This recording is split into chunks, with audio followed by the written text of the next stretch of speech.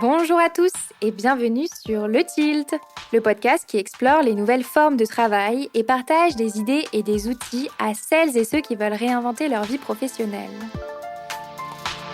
Je suis Léa Audrin, coach et formatrice en transition de carrière, et mon but est de vous aider à déclencher votre tilt et naviguer entre les différentes phases de votre vie pro pour vous y épanouir pleinement. Un tilt, c'est une prise de conscience, un déclic grâce auquel un nouveau monde des possibles professionnels s'ouvre. Je vous partage des épisodes solo ou des interviews, au sein desquels je décortique des sujets autour de 3 thématiques clés: la transition professionnelle, la carrière et le futur du travail. Vous pouvez également me suivre sur Instagram, @le.tilt, sur LinkedIn et bien sûr rejoindre ma newsletter pour accéder à davantage de contenu concret, pour impulser du changement dans votre vie pro et découvrir mes offres d'accompagnement. Pour ce faire, cliquez sur le lien en description de l'épisode. Je vous laisse avec ma conversation du jour.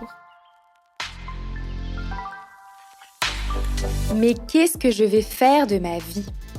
Qui ne s'est jamais posé la question ? Pour aborder ce sujet autour de la quête de sens, j'ai convié Louise Ourcade à mon micro.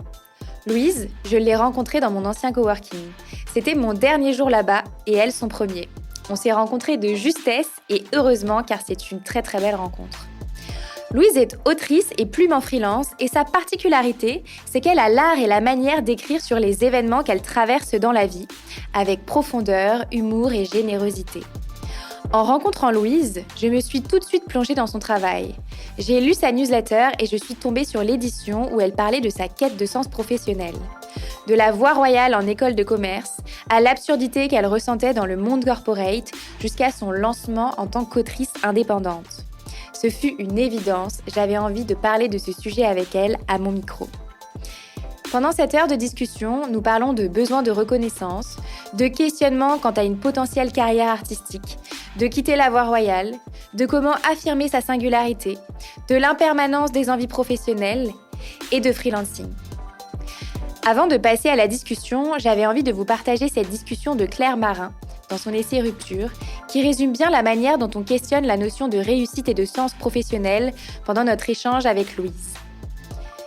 Réussir se fait parfois au prix d'une trahison intime qui finit par donner l'impression de jouer une comédie insupportable. Je peux jouir de tous les attributs d'une réussite professionnelle et sociale et avoir le sentiment d'être passée à côté de ma vie. Vous l'aurez compris, Louise vous partage à mon micro son expérience pour se frayer un chemin professionnel épanouissant et à son image. Bonne écoute! Salut Louise! Salut Léa! Bienvenue sur le Tilt. Merci beaucoup de m'avoir invitée. Louise, je suis ravie de te recevoir. On s'est rencontrés dans un espace de coworking parce qu'on est toutes les deux indépendantes. On va rediscuter bien sûr de ta vie professionnelle en détail pendant cette discussion. Ton format privilégié, c'est l'écriture.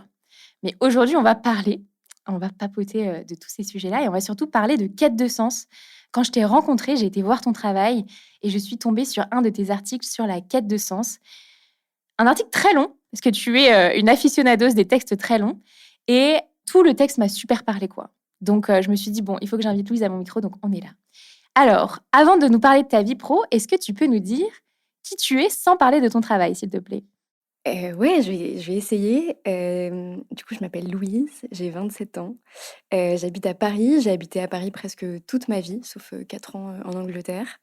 Je suis l'aînée de 3 filles. J'ai une famille assez soudée, des parents qui sont toujours ensemble. Je suis petite, brune. J'écoute des podcasts, j'aime lire, j'aime, visiter des endroits, des expos. Je suis assez sensible à la beauté, je suis très gourmande, j'adore manger.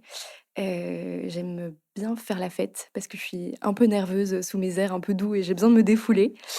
Et je fais, beaucoup de théâtre. Ok. Ça, c'est une activité que tu as commencée quand tu étais plus jeune ? Non, j'ai commencé en école de commerce, dans une association, de théâtre qui a ensuite a fait des petits on est plein de troupes, à s'être créées après. Génial. Alors, on va revenir sur ton parcours plus en détail, mais est-ce que tu peux nous dire quelles sont tes activités professionnelles aujourd'hui ? Ouais, alors moi je suis plume et rédactrice pour des marques principalement.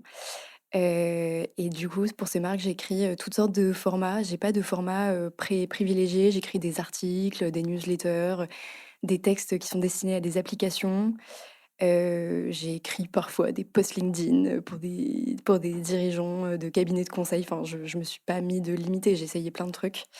Même si aujourd'hui mes sujets de prédilection sont plutôt le bien-être, la santé mentale, les sujets de société, la culture. Et à côté, j'écris une newsletter qui est vraiment mon projet, personnel, qui comporte, des recos culturels et des articles plutôt très personnels, mais aussi assez référencés. Souvent, les gens me disent: «Ah, c'est un petit journal intime et tout», et en vrai, l'ambition, elle est quand même un petit peu plus profonde que ça, et je la nourris d'extraits de bouquins, de films, Mmh.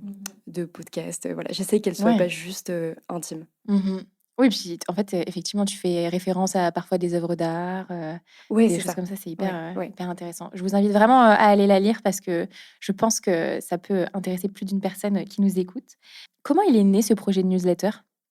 Ce projet de newsletter, il est né un peu par accident, c'était pas du tout réfléchi. En fait, en sortie d'école, on reviendra, là-dessus plus tard, je pense, mais je dessinais beaucoup.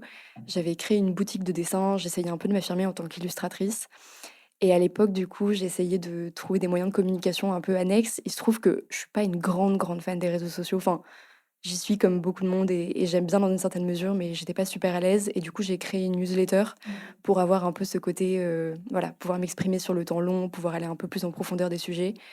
Je me sentais beaucoup plus à l'aise sur ce format, et du coup, j'ai écrit cette newsletter vraiment pour raconter ma vie d'artiste, mettre des liens vers mes dessins, tu vois? Avec un objectif un Mmh. peu commercial aussi, mine de rien. Ouais. Et voilà comment est née cette newsletter. Donc au début, ça avait rien à voir, et en fait, petit à petit, j'ai l'envie de dessiner s'est un petit peu tarie, et j'ai commencé à me dire que j'avais envie de parler d'autres sujets plus longtemps, de manière un peu plus, approfondie, et du coup, cette newsletter est devenue un vrai projet, d'écriture en soi, mais ça s'est fait en plusieurs années. Ouais, OK. Et alors, du coup, tu nous disais que toi, tu as fait une école de commerce. Ouais, Comment ça exactement. s'est passé?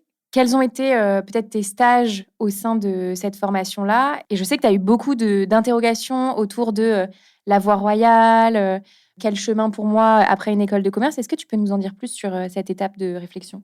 Ouais, bien sûr.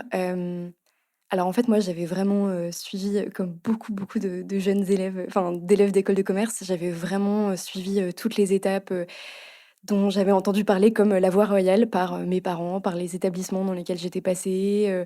C'était hyper important pour moi de cocher ces cases-là, Mmh. parce que, c'était hyper important, pour ma dans ma famille. Il y avait une vraie, exigence, sur le côté, scolaire, faire des bonnes études, faire des études élitistes. Toi, tu viens de quel, milieu professionnel? Tes parents, ils évoluent dans quel, milieu? Mon père a fait une école de commerce, il Mmh. a fait, l'ESSEC, et ma maman a fait une école de commerce, moins prestigieuse, moins pas forcément très sélective, et elle a fait l'IFM, qui est l'Institut français de la mode, Mmh. et sur le tard, elle s'est reconvertie. Maintenant, elle est psy, mais elle est psy depuis, 5-6 ans, D'accord, OK. et tous les 2 venaient, je pense que d'un côté, mon père venait d'une famille où l'école avait été vraiment un moteur d'ascension sociale. Mmh. Ma mère, au contraire, avait pas du tout été poussée par ses parents. Elle venait d'une famille beaucoup moins structurée, et cetera, et je pense qu'elle avait eu un peu ce complexe de pas avoir fait d'études aussi prestigieuses que mon père et leur Mmh. bande de copains. Elle a souffert d'un petit manque de confiance en elle toute sa vie à cause de ça. Elle a eu une grosse période un peu de quête de sens, elle, Mmh. professionnellement, et du coup, pour elle, c'était hyper important que ces 3 filles fassent, des études, voilà, connotées comme, prestigieuses, Mmh. élitistes, et du coup, ils nous ont beaucoup poussés vers ces voies-là. Il se trouve aussi que j'ai toujours évolué dans des milieux qui privilégiaient, ces voies, très sélectives. Je suis arrivée en terminale dans un lycée hyper exigeant, un lycée jésuite, assez, enfin voilà, parmi les meilleurs lycées de France en terminale, et en fait, là, je m'étais un peu pris une petite claque sur le plan, scolaire, Mmh. et du coup, j'ai été très vite obsédée par l'idée Ah de ouais. rattraper mon retard, et surtout de faire, tout ce qu'il fallait pour que ma vie pro soit bien lancée, et du coup, j'étais, obsédée par l'idée de cocher ces cases-là, D'accord. et du coup, je me suis pas du tout écoutée à ce moment-là de ma vie. C'est-à-dire qu'en fait, j'étais passionnée par, le français, la littérature, l'art, et cetera. Je me suis retrouvée à faire une prépa école de commerce, ECE, donc où les 2 matières principales, c'est des maths et de l'éco, Ah ouais. et en fait, j'étais alors je suis un petit peu curieuse de tout, donc j'arrivais à m'y intéresser, un tout petit peu, mais j'étais pas du tout passionnée par ce que j'étudiais Mmh. et j'ai longtemps quand même été un peu dans cette dissonance, à Ouais. voilà, à essayer de réussir des concours, pour ensuite, contenter, mes parents, Mmh. et puis pour moi être fière de moi et j'arrivais pas à trouver un moyen de faire des trucs qui correspondaient à mes aspirations, Mmh. tout en étant, Ouais ouais, et en même temps, à cet âge-là, c'est pas forcément évident non plus, tu vois? non, bien De sûr, pouvoir, se dissocier aussi, du milieu et des aspirations familiales, tu vois? bien sûr. Comment ça s'est passé du coup? Donc tu as eu ton bac et tu Ouais, as fait cette prépa-là. ouais. Comment tu as cheminé vers, l'école de commerce? Comment j'ai cheminé? Alors, à partir du moment où on fait une prépa, il y a pas vraiment de cheminement, en fait. C'est un enchaînement d'étapes, et du coup, on subissait tous un petit peu, l'école de commerce en soi, même si on savait tous de manière un peu abstraite qu'après une prépa, il y avait une école de commerce, Mmh. parce que c'était une prépa école de commerce. On s'est tous retrouvés, en cours de marketing, de finance et enfin, on était beaucoup à se retrouver là en se disant: «Mais comment on s'est retrouvés là?» Enfin, on n'avait pas vraiment réfléchi, on n'avait pas réfléchi de manière très personnelle ce parcours. Et du coup, alors, je pense qu'on a été beaucoup à avoir une petite déconvenue sur le plan, bah, intellectuel, on étudiait des matières qui nous passionnaient pas forcément. Il y a des gens pour qui c'était hyper adapté Mmh. et c'est des écoles qui permettent de bien s'amuser, de se faire un réseau assez incroyable, qui nous envoient aux 4 coins du monde, donc il y a un côté, quand même, hyper sympa. Ouais. Toi, tu as fait quelle école du coup? Moi, j'étais à l'ESCP à Paris. D'accord. Et honnêtement, je me suis bien amusée et aujourd'hui, je serais enfin, ce serait impossible pour moi de dire que j'ai des regrets parce que je me suis fait plein de copains là-bas, Ouais. et ça a été intéressant, ce cheminement, a posteriori. Mais sur le Mmh. moment, j'étais surtout, une jeune fille, très angoissée qui se reconnaissait pas du tout dans ce monde, corporate, Mmh. et je pense que j'étais un peu moins à ma place que mes potes qui, eux aussi, avaient un peu un moment de désillusion par rapport à ces études, Mmh. qui avait commencé très fort, très stimulante avec la prépa et qui, en fait, devenait, assez pauvre intellectuellement avec des cours pas toujours de bonne qualité, pas toujours Mmh. intéressants. Hem mais moi, je pense que c'était un peu un level au-dessus parce que je D'accord. pense que j'avais quand même, des aspirations, plus je sais pas si artistique ce serait le mot, mais en tout cas, j'avais besoin de m'exprimer, j'avais besoin d'être Mmh. dans des métiers qui impliquaient quelque chose de sensible, d'esthétique et en fait, je trouvais pas du tout, ma place dans les métiers dont on me parlait. Je C'était me quoi les métiers sentais dont on vous parlait du coup? C'était très large, en fait, parce que les écoles de commerce, elles préparent un peu à tout et n'importe quoi, mais en tout cas, Mmh. elles préparent au métier de l'entreprise, que ce soit des grosses boîtes ou des startups. Mmh. Et du coup, il y avait beaucoup de finance, de marketing, de statistiques, de management, ce genre de et en fait, moi, je me projetais pas dans l'univers de l'entreprise. Mmh. Très vite, ça me semblait absurde. Je saurais pas trop expliquer pourquoi je Pourquoi? sentais Ouais. ça à ce moment-là, mais ça me Mmh. semblait, lunaire. Je me sentais pas du tout à ma place. Parce que je pense que je suis quelqu'un de très indépendant, en fait, qui a besoin de faire ses propres projets, qui a besoin Mmh. d'exprimer quelque chose de personnel, de singulier et tout. Et du coup, je me disais: «Mais qu'est-ce que je vais faire?» J'avais Ouais. l'impression de m'être retrouvée à un carrefour, sans trouver la sortie, quoi. Je me disais: «Là, je suis dans une impasse» Mmh. et je savais pas du tout par quel bout prendre, Parce que du coup, tu as fait des stages en a entreprise? alors du coup, j'ai trouvé des moyens de faire des stages super, super zarbi, enfin, Ah qui ressemblaient ouais? pas du tout aux stages, Comme classiques. quoi, par exemple? Bah, du coup, en première, mon premier stage de 6 mois, ça a été dans une sorte de cabinet qui créait des mais cabinet, on était 3 personnes, hein, Mmh. qui créait des learning expeditions et D'accord. des séminaires Mmh. pour des grosses boîtes. OK. Heu et c'était hyper, sympa parce qu'on faisait que rencontrer, des gens qui créaient des fermes urbaines. Enfin, en fait, l'idée, c'était un peu OK. d'amuser Sympa. les cadres en leur faisant, enfin, d'amuser, de divertir, d'informer une poignée de cadres, Mmh. sur, des problématiques, d'innovation, sur plein de domaines et du coup, en fait, c'était hyper intéressant parce qu'on rencontrait plein de gens, trop cool, complètement hors des clous, qui tentaient des trucs de dingue. Après, je trouvais que le métier était un peu absurde parce que c'était des formations qui coûtaient à chaque fois 60 000, 70 000 €, qui étaient faites avec beaucoup de soins et d'investissement et qui, en fait, s'adressaient à une poignée de Ouais. cadres qui étaient là 2 jours, mais qui, en fait, étaient pas forcément enfin si, c'était investi, mais je pense que, voilà, il y avait pas Oui, ça se de transforme pas en ça se quelque chose de transforme pas en quelque chose concret, de dans leur concret. quotidien, quoi, ouais. Je pense Mmh. qu'ils étaient intéressés, mais c'était pas non plus, Mmh. une révolution, Ouais, ouais, pour eux ouais. dans leur manière de fonctionner et Mmh. je voyais pas trop la finalité de cette activité Mmh. et après, j'ai fait un deuxième stage Alors là, c'était encore plus petit, on était 2 Mmh. et ça, j'ai rejoint, une dame qui s'appelle Siam Gibril qui avait Mmh. fondé le podcast, Génération XX, Mmh. Mmh. et qui avait besoin d'aide sur son podcast, mais aussi sur le lancement d'un magazine, Ouais. enfin, aussi sur l'animation de la communauté et cetera et du coup, c'était à la fois un peu dur d'être 2. Mmh. Je suis passée à mi-temps au milieu du stage, mais c'était hyper intéressant parce que Siam est quelqu'un de hyper créatif qui se met Mmh. aucune barrière et C'est j'ai une des trouvé ça pionnières du hyper podcast en c'est une des France, hein. ouais, Ouais. c'est vrai, ouais. Mmh.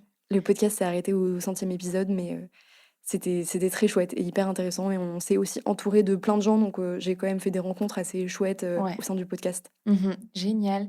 Et alors, du coup, donc tu as cette formation, à l'ESCP, tu as ce premier stage, ce second. Comment tu te sens au milieu de tout ça? C'est quoi les interrogations, finalement en fin de parcours? Du coup, pendant ces études-là, je pense que j'ai beaucoup repoussé, enfin, j'ai beaucoup procrastiné, des questions qui m'angoissaient un peu, qui Mmh. étaient, quelle place, je vais avoir dans la vie et je voyais un peu mes copains, quand même, trouver un peu leur chemin dans tout ça et moi, j'avais un peu l'impression d'être, tu sais, le papillon qui reste une chenille, quoi, qui sort pas de sa chrysalide et en fait, ouais, j'étais très stressée, par toutes ces questions que j'évitais un peu et en fait, moi, ma manière de gérer à cette période-là, ça a été de me réfugier dans des passions artistiques. Donc le dessin et le théâtre, parce que j'ai commencé une formation professionnelle de théâtre à Ah un moment. ouais! Ouais, OK. ouais. Donc j'essayais de professionnaliser un peu tout ce que je pouvais pour Mmh. essayer de me raccrocher à des trucs, Ouais. mais de manière un petit peu excessive parce qu'en fait, c'est vrai que moi j'avais quand même une sensibilité, littéraire, j'adore le théâtre, j'adore le cinéma et tout, donc le théâtre faisait un petit peu sens quand même, c'était pas absurde.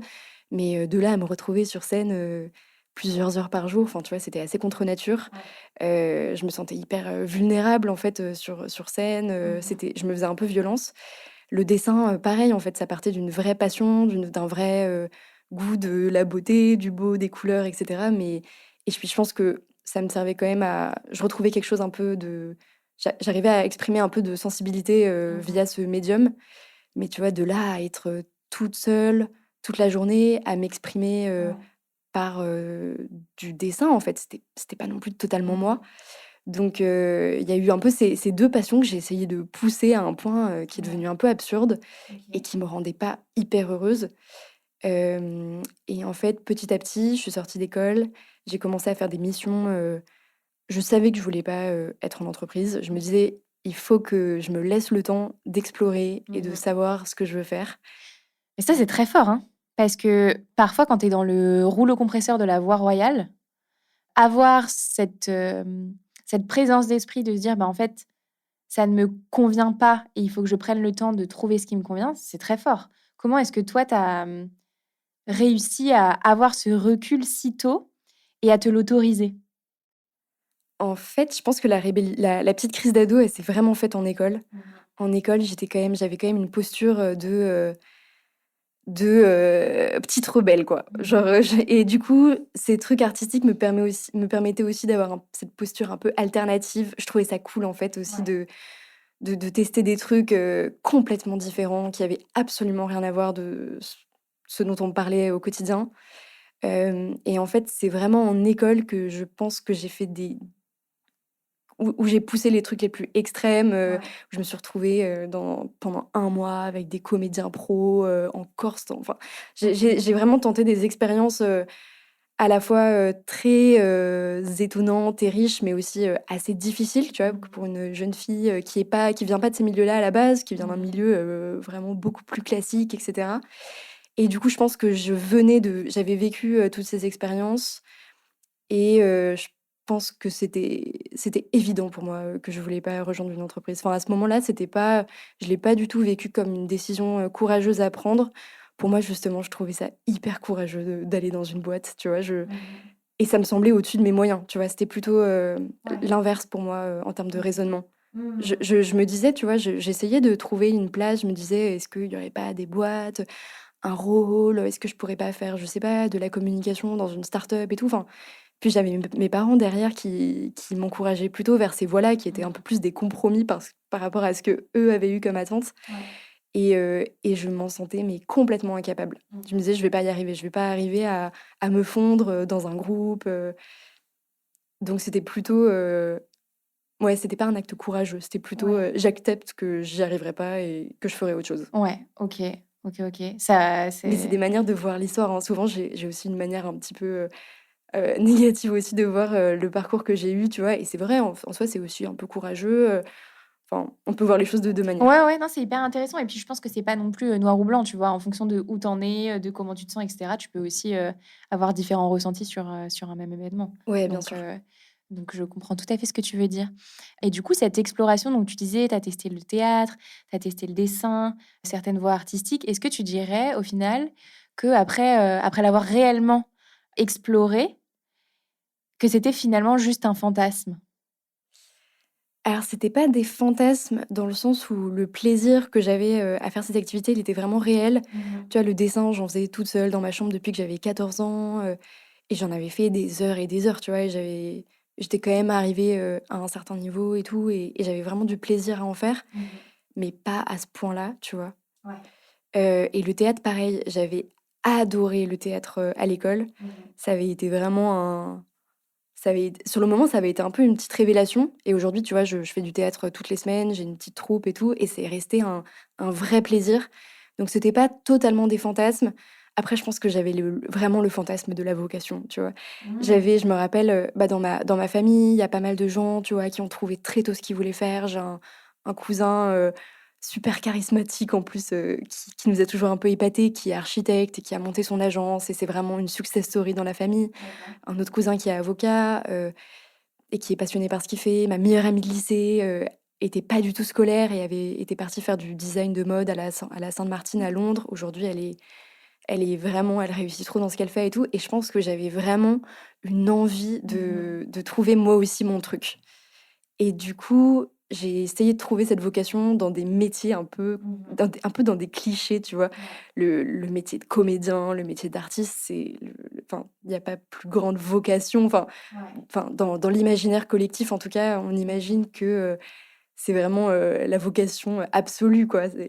Hem Mais ça, c'est hyper intéressant. Alors moi, j'ai une de mes meilleures amies, j'ai beaucoup d'artistes dans mes amis et celle dont je te parle, qui s'appelle Charlotte, elle a fait, une école de comédie musicale très prestigieuse, en Allemagne. Elle est chanteuse. Bref, chemin faisant, il se trouve que c'est un milieu qui est très violent et donc elle s'en est éloignée. On discutait, il y a pas longtemps, elle me disait: «Mais en fait, il y a un truc qui fondamentalement me pèse dans ce milieu, c'est le besoin de reconnaissance absolue, des personnes qui font partie de ce milieu-là». Est-ce que toi, c'est quelque chose, cette notion de reconnaissance, que tu as pu voir dans les explorations que tu as fait, qui t'a aussi challengé toi à titre perso? Ouais, c'est une question difficile mais ultra Mmh. intéressante. Hem, alors, j'arrive pas trop à savoir, c'est évident que j'ai un besoin de reconnaissance et peut-être que c'est aussi ça qui m'a poussée vers des métiers où, en fait, le besoin de reconnaissance, il est partout, quoi. Enfin, tu Mmh. vois, si tu fais des dessins, que tu les postes sur Instagram et que ça résonne avec personne, Ouais. il y a peut-être des gens qui sont beaucoup moins sensibles au regard des autres que moi, mais en tout cas, c'était évident que ça m'impactait. C'est Mmh. même devenu un petit peu une addiction aussi, tu vois?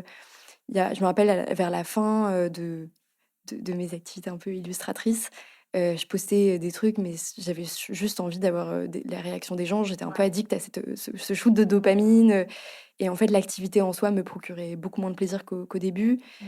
et pareil, le métier de comédien, en fait, tu sur le regard des autres en Ouais. permanence. Mmh. C'est un milieu où il y a énormément de séduction, il y a beaucoup d'ego, Ouais. enfin, j'ai plein de fois entendu des comédiens, des artistes, raconter que, voilà, les comédiens sont vraiment des enfants enfin, sont souvent des gens qui n'ont pas assez été regardés, Mmh. vus, Ah entendus, ouais, enfants, intéressant, OK. et qui cherchent un peu ce regard des autres, Mmh. constamment et donc c'est des milieux qui sont touchants pour ça, parce que c'est des gens qui ont leurs petites failles, leurs sensibilités et cetera, mais c'est un milieu qui est aussi super dur, Ouais. où il faut tout le temps un peu se battre pour Ouais. plaire, pour séduire, pour avoir du travail, enfin, Mmh. donc j'ai ressenti, ce besoin de reconnaissance de manière, enfin, c'est des milieux qui portaient vraiment à ça Ouais. et après, j'arrive pas à savoir si le besoin de reconnaissance, que moi j'ai, il est normal et je pense que c'est Je pense normal que c'est tous normal, d'avoir, hein, ouais, besoin ouais, de clairement, bah, tout reconnaissance. le monde. Oui, on a C'est dans la besoin pyramide de de Maslow, hein, dans tous les cas. oui, exactement, Mais après, exactement. effectivement, il y a des niveaux aussi, et puis des milieux qui sont, particulièrement sujets à ça. Mais c'est vrai que pour ajouter un truc, je pense que c'est un peu une période de ma vie où j'avais besoin d'être un peu regardée, tu vois? Mmh. J'avais besoin, je pense, d'affirmer quelque chose de singulier, de montrer qui j'étais, Mmh.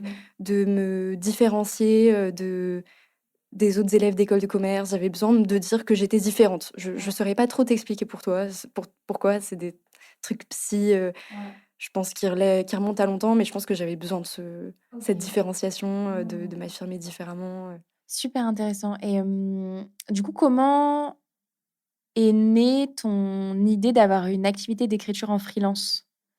C'est arrivé assez par hasard, aussi. D'accord. En fait, du coup, j'ai commencé ma vie professionnelle, j'avais encore cette activité d'illustratrice. Mmh. Donc je dessinais, je peignais sur céramique et cetera et à côté, je me suis vite rendu compte que la vie d'artiste allait pas, payer mon loyer et ma vie parisienne. Donc j'ai commencé à écrire pour, au début, des petits projets, des particuliers, une D'accord. artiste avec qui je travaillais et cetera. Mais de manière hyper informelle et pas très professionnelle, tu vois? Enfin, Mmh. c'était pas très pro, honnêtement, je me faisais complètement exploiter au début. Enfin, c'était un peu du On grand commence n'importe tous quoi, par là. du grand, grand bricolage. Et en fait, je me suis rendu compte que j'aimais bien ça, que j'étais plutôt, bonne à ça et au Mmh. fur et à mesure, j'y ai vu une opportunité, tu vois? Ouais. Mais je me suis pas dit du jour au lendemain, «Je vais être plume et rédactrice». C'est Mmh. vraiment arrivé ça s'est fait hyper naturellement, heu, parce que je me sens à l'aise là-dedans et que ça marche bien et Mmh. Et alors du coup, maintenant que, cette activité, indépendante est lancée, est-ce que tu dirais que, c'est un long fleuve tranquille? Ah non, pas du tout, pas du tout, bah, surtout en tant qu'indépendant, en fait, c'est vraiment, il y a quand même des vraies montagnes russes, je trouve, dans le fait d'être freelance. Hem, il y a un côté, ouais, c'est des montagnes russes émotionnelles, on est tout seul à son navire, il y a que toi qui tiens la barre, tu décides des décisions que tu prends, de là où tu veux aller, tu décides des missions que tu acceptes, de celles que tu refuses, il y a je trouve qu'il y a une charge mentale, permanente, et un peu fatigante honnêtement, et surtout un FOMO un peu permanent en fait. Je Ouais, trouve on est dans à une période en plus où, il y a beaucoup de solopreneurs, de freelance, qui racontent leur vie pro sur LinkedIn, sur les réseaux sociaux, qui sont dont on sent qu'ils veulent être partout, tout le temps, ouais. tout le monde a envie un peu de montrer qu'ils existent, pour pas que les clients les oublient et cetera. Donc il y a un peu une surenchère, je trouve, de prise de parole, Du storytelling, de quoi. storytelling et moi, c'est vraiment je Ça, trouve c'est ça fatigant. épuisant et c'est épuisant et en fait, parfois, je me dis: «Mais juste accepte que toi, tu as pas envie de le faire et en plus, tu as des missions qui tombent et ça Ouais. t'intéresse donc il y a pas de stress, quoi». Mmh. Mais c'est vrai que, du coup, ça crée un FOMO tout le temps. On se dit: Ouais. «Mais est-ce que je devrais pas être en train de communiquer sur ça, ça, ça?» Enfin, moi, à chaque fois que je communique pas sur une newsletter, une mission et tout, il y a une petite voix qui me dit: Tu fais pas ce qu'il faut faire, il faudrait que tu en parles». Enfin, voilà, donc c'est beaucoup de il y a quand même un peu ce truc un peu fatigant Ouais. parfois, il faut apprendre à renoncer à des missions, à, heu, à des formes de communication qui sont pas adaptées pour nous. Moi, les réseaux sociaux, j'ai un peu accepté que ça me stressait plus que ça me pesait un peu plus que ça ne m'apportait et du coup, j'ai un peu levé le pied sur Instagram et cetera.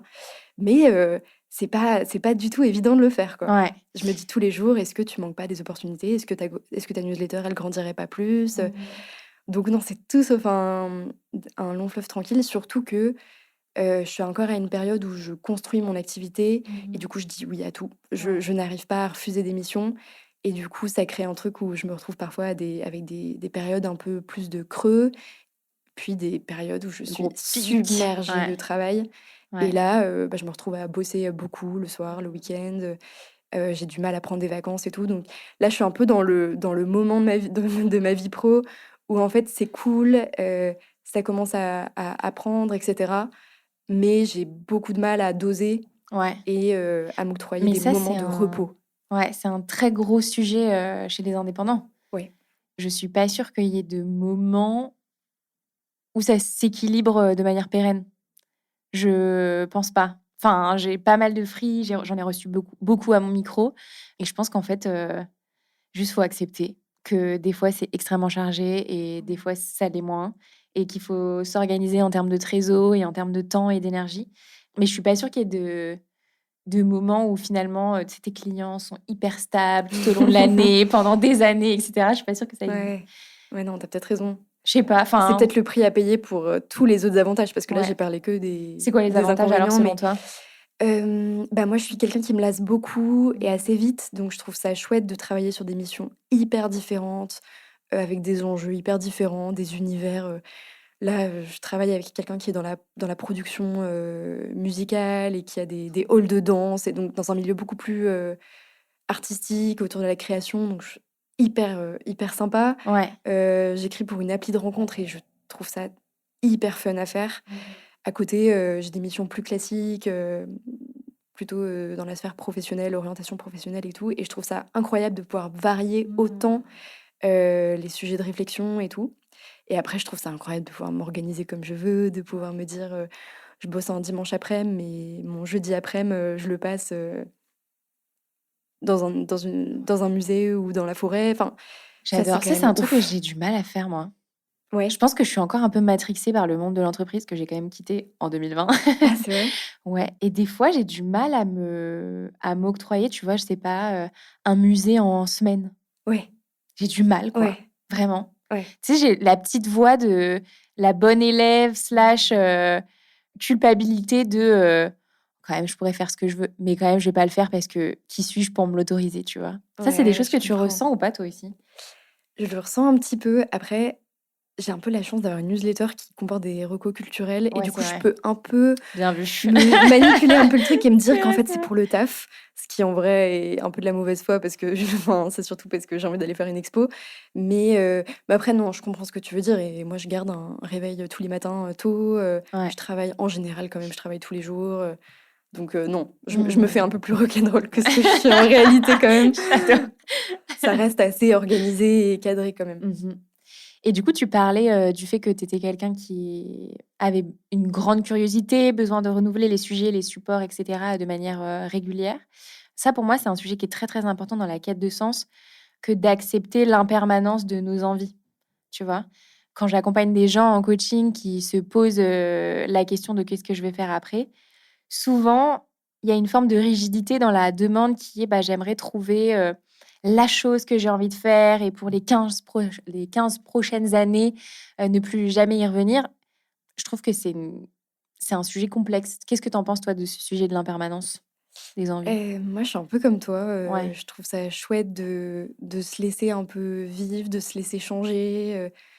On est en permanence un peu en train de se métamorphoser, et j'adore cette idée, quoi. J'adore Mmh. cette idée qu'il y a rien d'arrêté et qu'il faut tout le temps un peu s'écouter pour essayer de guetter les signaux, faibles de ce qui va peut-être, nous faire sentir, heureux, vivants dans les prochains mois, années. Et je trouve que c'est hyper rafraîchissant de réfléchir comme ça.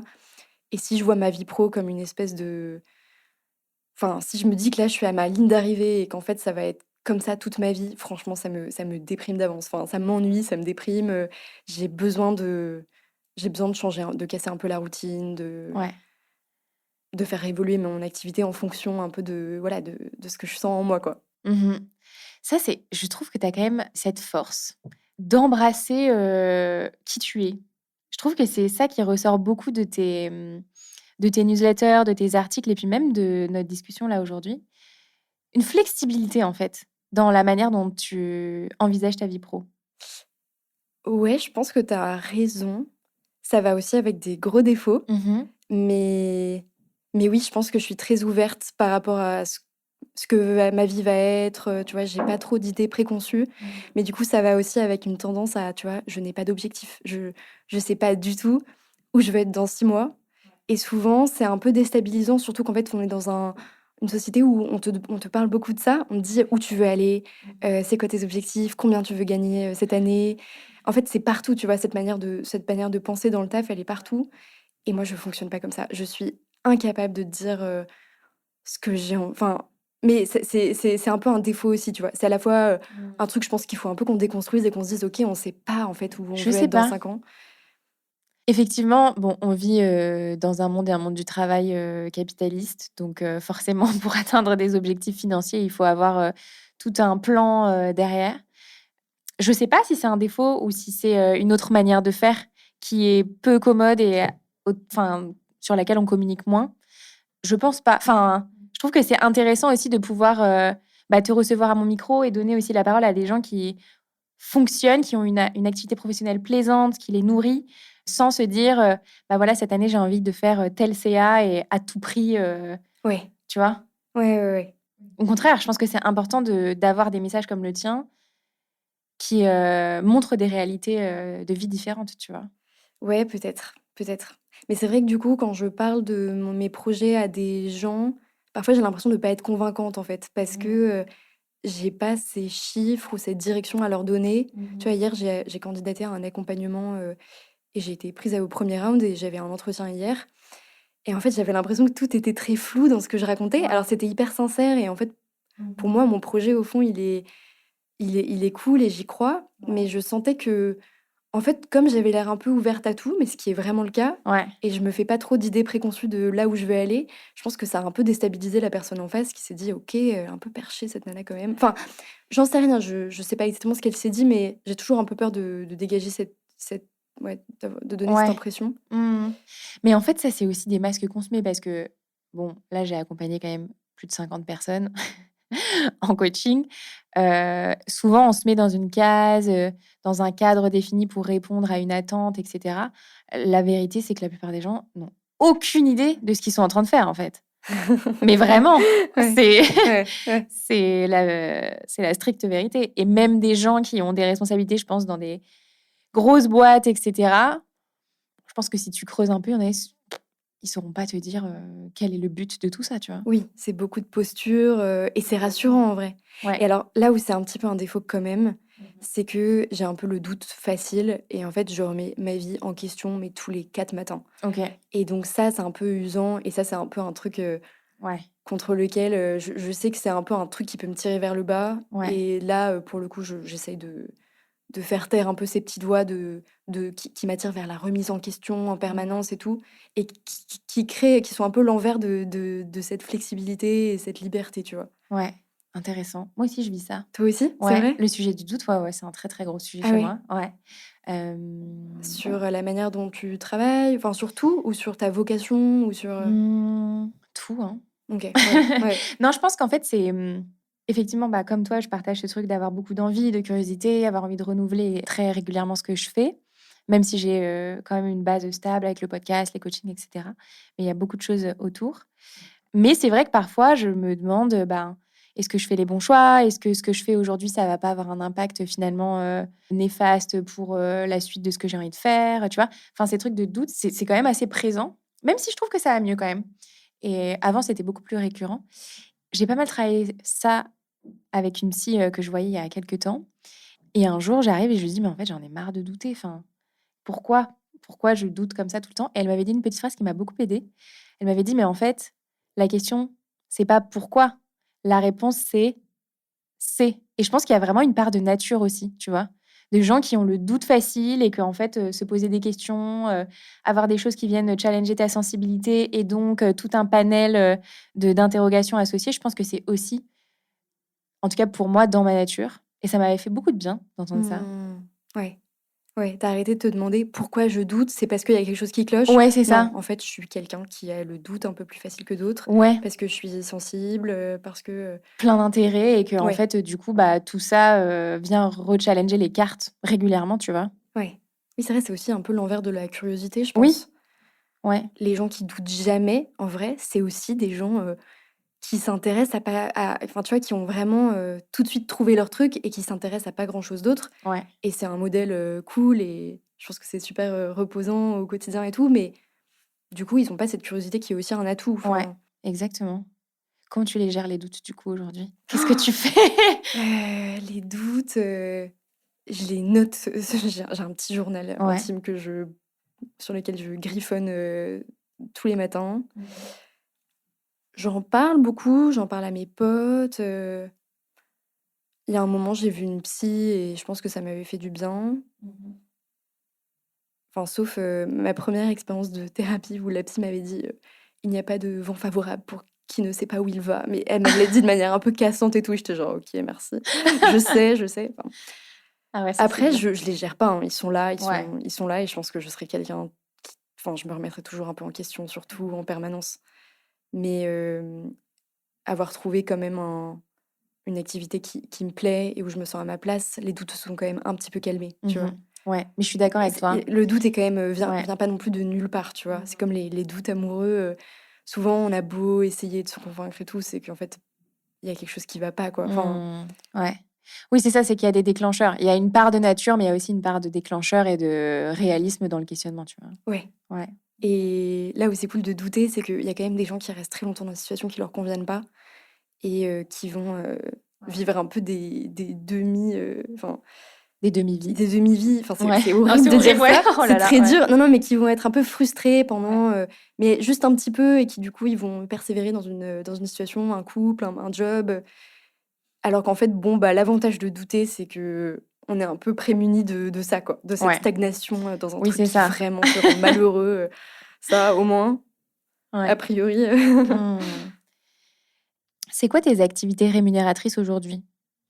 Mes activités rémunératrices, c'est du coup mes missions d'écriture en freelance. Ouais.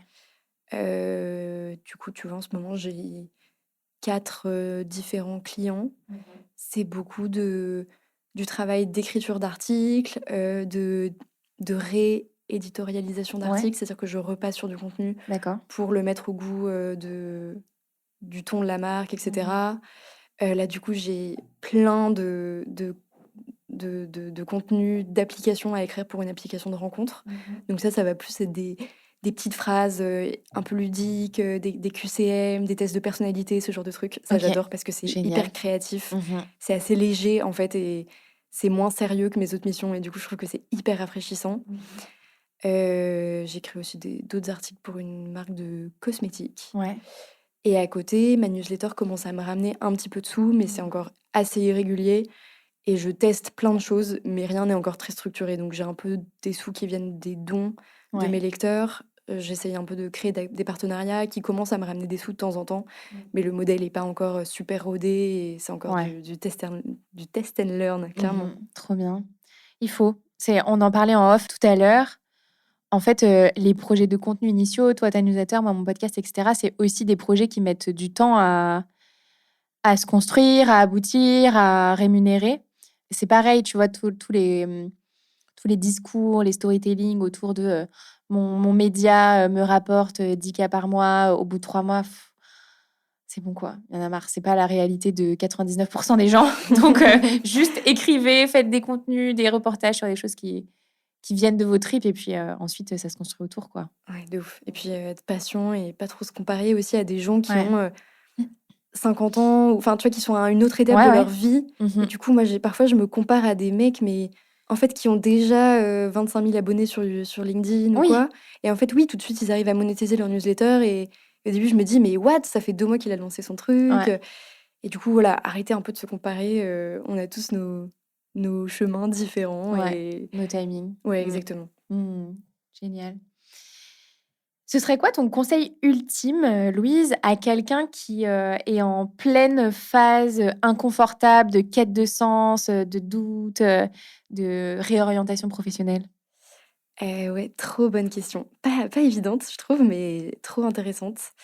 Et en fait, ce que je me suis dit, c'est que je pense que déjà accepter un peu l'inconfort, hem et pas trop se juger d'être dans cet inconfort. Parce que tu vois, je me retourne un peu sur ces années où j'étais super paumée.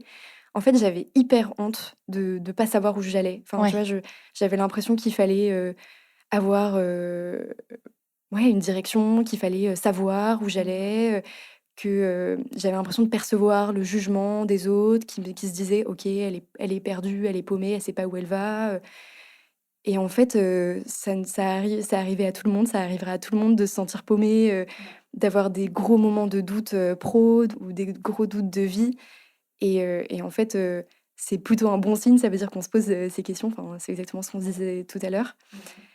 Du coup et accepter que c'est dur, accepter que c'est dur de remettre en question sa place parce que c'est hyper confortable d'avoir une place, un rôle et tout et dès lors que tout ça est un peu bouleversé, bah, on se sent un petit peu vulnérable et du coup, je trouve que, ouais, accepter, ses doutes et l'inconfort, la vulnérabilité que ça fait naître et c'est normal et on vivra tous ça à un moment et après, moi, ce que je conseillerais un peu à la petite moi qui a essayé un peu de s'accrocher à des trucs, un peu à corps perdu dans des à des activités, des rêves qui lui convenaient pas vraiment, ce serait de rester ouvert et de pas se précipiter sur la première option.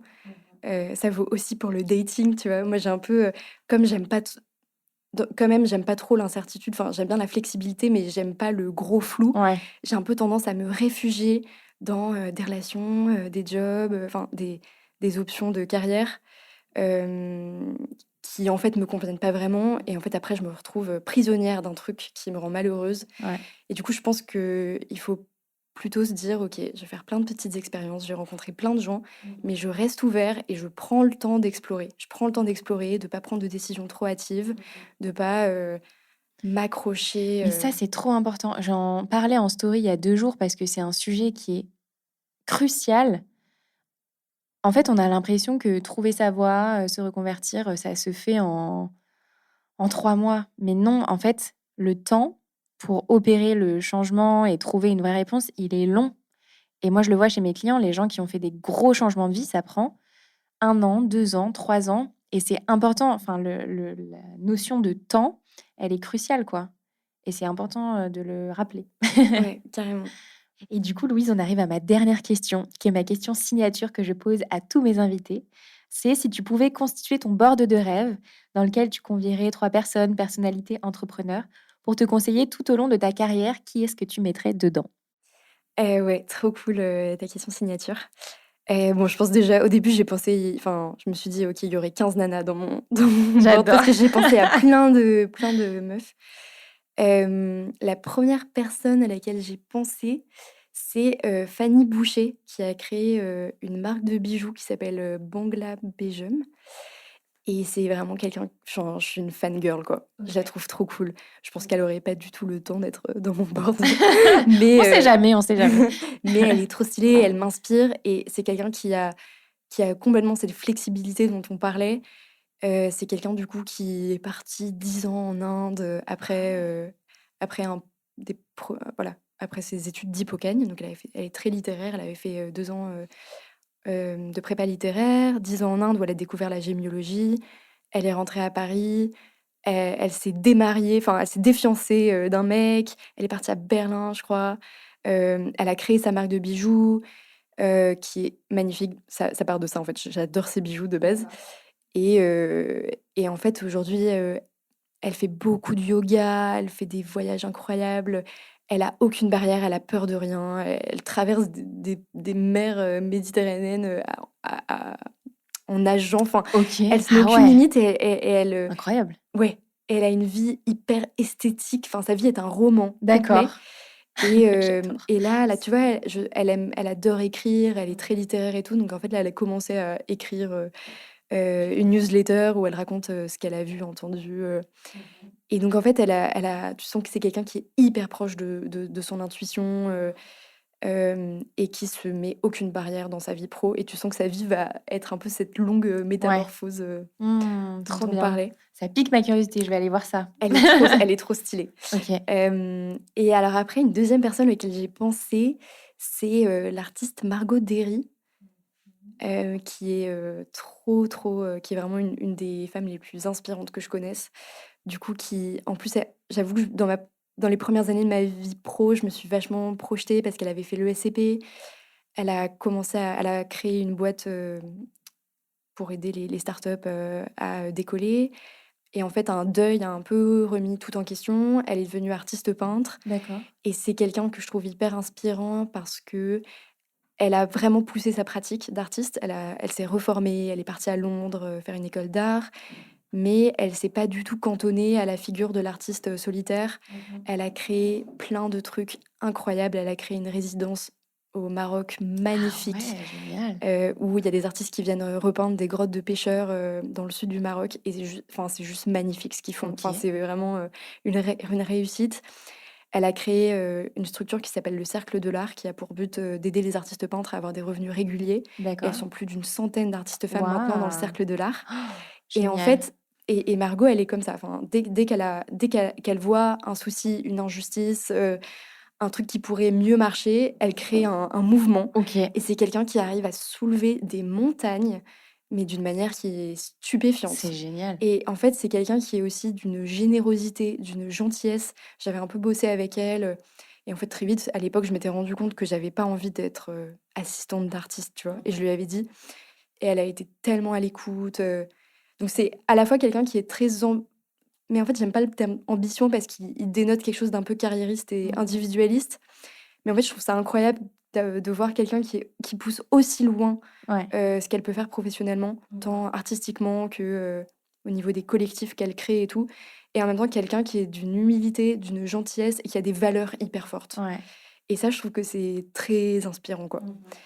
Et après, la troisième personne, j'ai eu un peu du mal parce que je voyais plein de... En vrai, je pense toi. Ah ouais, c'est Ouais, gentil. ouais. Merci. Mais bon, c'est un peu J'accepte. facile de répondre ça, mais je trouve Ouais. que tu as une vraie finesse. Et je sais que tu accompagnes beaucoup des femmes dans ce sens-là, en fait, que tu as vraiment cette vision.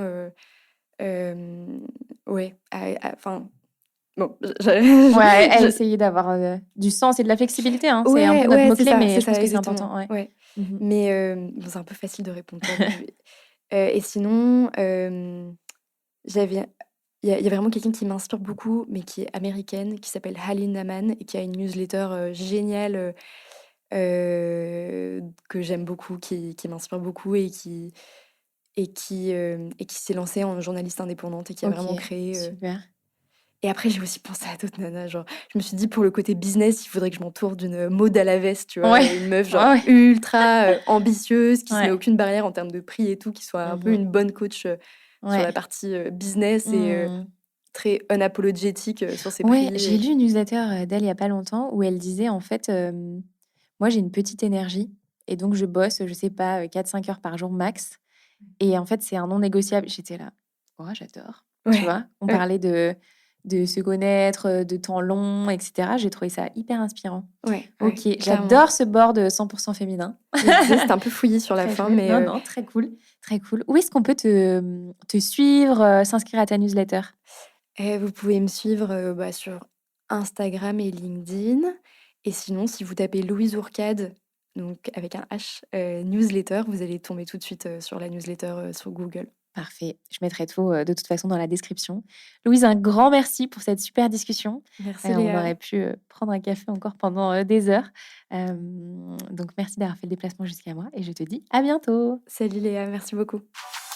Merci beaucoup d'avoir écouté cet épisode du Tilt avec Louise Ourcade. J'espère qu'il vous aura permis de déculpabiliser quant à vos envies de changement professionnel et de vous inspirer pour impulser du changement dans votre travail et créer un chemin qui vous ressemble. Et comme vous êtes encore là à m'écouter, c'est certainement que cet épisode vous a plu. Si c'est le cas, vous pouvez noter l'épisode et le podcast sur Apple Podcasts et Spotify et mettre 5 étoiles et un sympathique commentaire. C'est le meilleur moyen de m'aider à faire rayonner le tilt. Merci beaucoup et à bientôt!